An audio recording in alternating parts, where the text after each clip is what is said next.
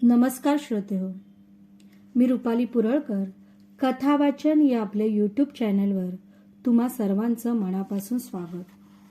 श्रोतेहो, आपण यशवंत मनोहर यांची मी सावित्री ही कादंबरी वाचत आहोत. काल भाग 9 मध्ये आपण पाहिलं की सावित्रीबाई फुले यांनी घाबरायचं नाही, कुठेही कमी समजायचं नाही स्वतःला आणि नेटानं वाट चालायची अशी विश्वासाची पावलं त्यांनी पुढे टाकायला सुरुवात केली होती. त्यांची मैत्रीण फातिमा शेख यांना सुरुवातीला त्यांनी प्रशिक्षण दिलं शिक्षिकेचं, आणि मग फातिमा शेख शिक्षिका झाल्या आणि त्यांनी सावित्रीबाई फुले यांच्यासोबत हे शिक्षणाचं काम चालू केलं. त्यानंतर आपण पाहिलं की मुक्ता नावाची जी मुलगी होती, 11 वर्षाची ती मुलगी, तिने एक निबंध लिहिला होता आणि तो निबंध पेशवाई संबंधी तिने तो म्हटला होता. तर खरंच ते जे त्या मुलीचे विचार आहेत ते विचार खरंच वास्तवदर्शी असे विचार होते. आता आपण पुढे भाग 10 पाहणार आहोत. भाग 10 यशवंत मनोहर यांची कादंबरी मी सावित्री, सावित्री ज्योतिराव फुले. मी माहेरी गेले म्हणजे ज्योतिरावांची कामे अडून राहत. सर्व काम त्यांच्यावर येऊन पडत. त्यांना खूप धावपळ करावी लागे. मग ते मला पत्र लिहित. असंच एकदा त्यांचं मला मोठं पत्र आलं.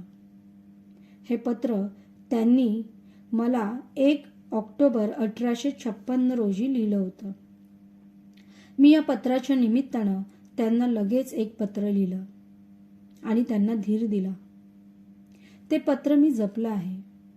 ते पत्रही मला आता आठवतं. त्यातील मजकूर असा होता. यावेळी आणि घाईघाईत जसं आठवतं तसं मी सांगते. हे पत्र मी 10 ऑक्टोबर 1856 रोजी लिहिलं होतं.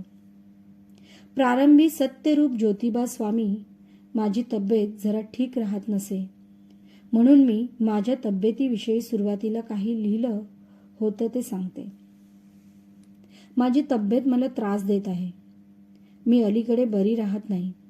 औषध पाणी सुरू आहे. आमच्या दगदगीमुळे थोडं थकल्यासारखं वाटतं, जरा अशक्त वाटतं, पण मी वेळच्या वेळी औषधं घेते. माझा भाऊ माझ्या तब्येतीची खूप काळजी घेतो. त्याला माझ्या तब्येतीसाठी खूप कष्ट घ्यावे लागत आहेत, पण तरीही तो न कंटाळा करीत नाही. माझी तो मनापासून सेवा करत आहे. तो तसा मोठा कष्टाळू आणि प्रेमळही आहे. मी लवकर दुरुस्त व्हावं असं त्याला वाटतं, आणि इथं नाही म्हटलं तरी मला थोडी विश्रांतीही मिळतेच. पुण्यात विश्रांतीसाठी वेळच नसतो. खूपदा जेवणाकडेही दुर्लक्ष होतं. माणसं भेटीला येतात, त्यांच्याशी बोलावं लागतं. शाळांची कामं आपल्याला चैन पडू देत नाहीत. शिवाय इतरही सर्व कामं आपल्याला चैन मिळू देत नाहीत. आता इथे मात्र थोडा निवांतपणा मिळाला आहे. जेवण खाणं वेळच्या वेळी होतं. दगदग होत नाही. मानसिक धावपळ होत नाही. त्यामुळे सहजच विश्रांती लाभते. मी माझ्या भावाला या बाबतीत खरोखर धन्यवाद द्यायला हवेत. तब्येत पूर्ण बरी झाली की मी लगेच पुण्याला येईन. पण एके दिवशी मला त्याचा खूप राग आला. आपण जे काम करतो ते त्याला कळणं तसं कठीणच आहे. तो मनानं तर रूढीवालाच आहे. त्याच्यावर जाती धर्माचा मोठा प्रभाव आहे. उच्च नीचतेचे किडे त्याच्या डोक्यात भरपूर आहेत.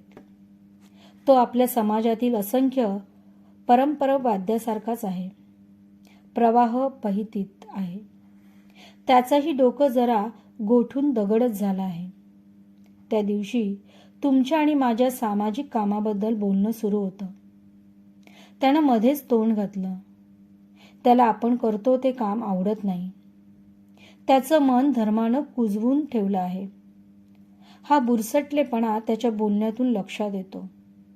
मला वाटतं त्याच्या मनात हे पुष्कळ दिवसांपासून चालत होतं. त्याचा आपल्या कामावरचा राग त्याला कधीतरी बोलून दाखवायचाच होता. मग त्यानं ही संधी पाहिली. सामाजिक कार्याच्या संदर्भात बोलणं निघालंच होतं. तेव्हा त्यानं वाहत्या धारेत हात धुवून घेतले.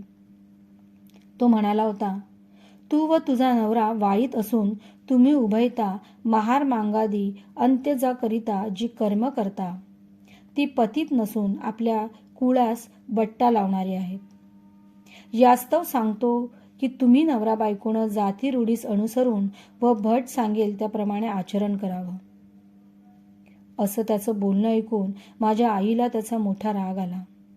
मलाही संताप अनावर झाला. त्याचं बोलणं बेलगाम होतं आणि असमंजसही होतं. भाऊ तसा दयाळू आहे, पण खूपच कोत्या बुद्धीचा आहे. त्यामुळे त्यानं तुमची आणि माझीही निंदा केली, आपल्याला दूषणे दिली. आई त्याच्यावर खूप रागवली. आईचा संताप पाहून तो उगी राहिला. त्याला त्याची स्वतःचीच लाज वाटली. तो खजील झाला. त्यावेळी मी त्याचा चांगलाच समाचार घेतला. मी त्याला म्हटलं, भाऊ, तुझी बुद्धी कोती असून भट लोकांच्या शिकवणीनं दुबळी झाली आहे. तू शेळी गाय या प्राण्यांना जवळ घेतोस, कुरवाळतोस, नागपंचमीस विषारी नाग पकडून त्यास दूध पाजतोस. मग महार मांग हे तर तुझ्याच समज मानव आहेत.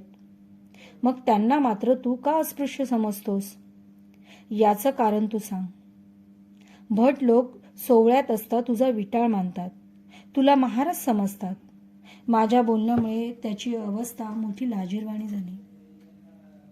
तो मला मग जरा पडलेल्या स्वरात म्हणाला की महार मांगांना तुम्ही शिकवता त्यामुळे लोक तुम्हाला अपशब्द बोलतात ते मला ऐकवत नाहीत.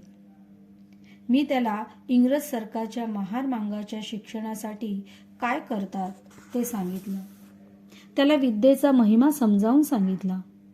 भट लोकांच्या श्रेष्ठत्वास विद्याच कशी आधारभूत आहे ते समजावून सांगितले. जो विद्या घेईल तोच उच्चतेला पोचेल.